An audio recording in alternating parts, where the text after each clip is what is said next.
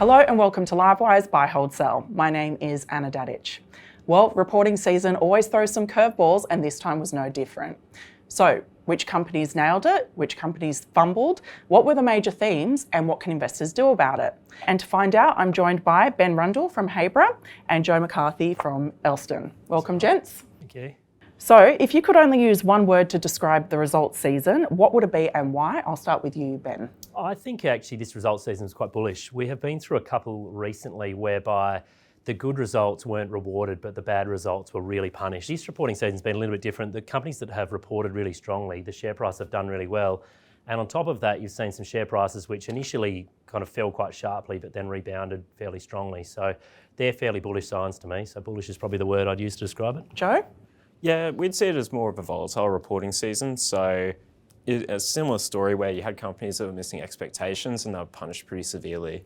So were there any headwinds or tailwinds that you continuously heard on results calls? Joe, I'll start with you. Yeah, look, probably the biggest headwind would obviously be the tariffs. And then in addition to that, you've got the potential rate cuts. And, the latter of which should be pretty good for your more defensive names. Okay, Ben? Tailwinds, the consumer sounded pretty strong from certainly in the homewares department, Nick Scali and Temple and Webster, but also, in other areas like super retail and baby bunting. Headwinds, there's a bit of cost growth and the US housing market sounds like it's pretty tough too. So was there a result that the market missed that impressed you? Ben, what's your choice? I don't know if the market missed it, but it did impress me. It was the result from Aussie Broadband. So they had a great FY25. The FY26 guidance number they put out there was really strong. They also, in conjunction with the result, announced a wholesale agreement too. And I initially reacted thinking that was the reason for the strong outlook, but that actually won't contribute until outer years. So the underlying business is actually doing a lot better than what I thought as well. And it's been a big trailer behind Superloop as well. So that was a result that impressed me. And I think, they've got a couple of good years of earnings growth ahead. Okay, Joe, how about you? Yeah, so for us, it was probably car sales that really impressed us. It was a bit of a softer environment, but a strong results are a good reflection of the resilient earnings.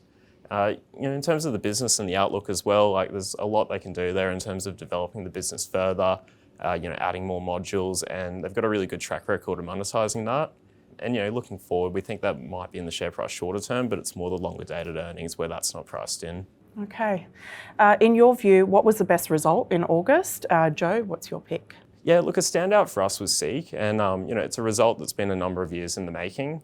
And, it's really just delivering on, the improved yield growth, walking the talk on the cost control side of things. And, from here, they've got a really good platform for growth and, many good years ahead of them. Okay, Ben? Best result that I saw was probably from Zip.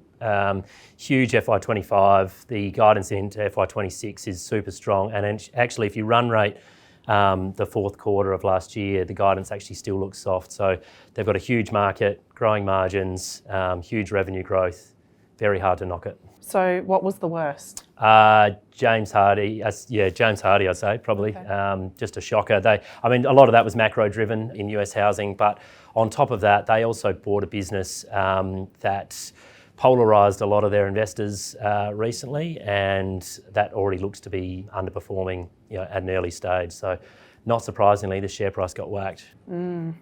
Joe, your choice? Yeah, look, for us, it's ASX, and it wasn't the most dramatic reaction, but in terms of what was, quite poor about it was, as a monopoly business, they're in a very privileged position, and really what they've got to do is control the controllables. So, in terms of the costs and the operations, and neither of which really, seem to be being managed that well. You look at the cost side of things, the last 10 years, the services that business offer hasn't really changed, but there's 73% more people and 50% more in cost.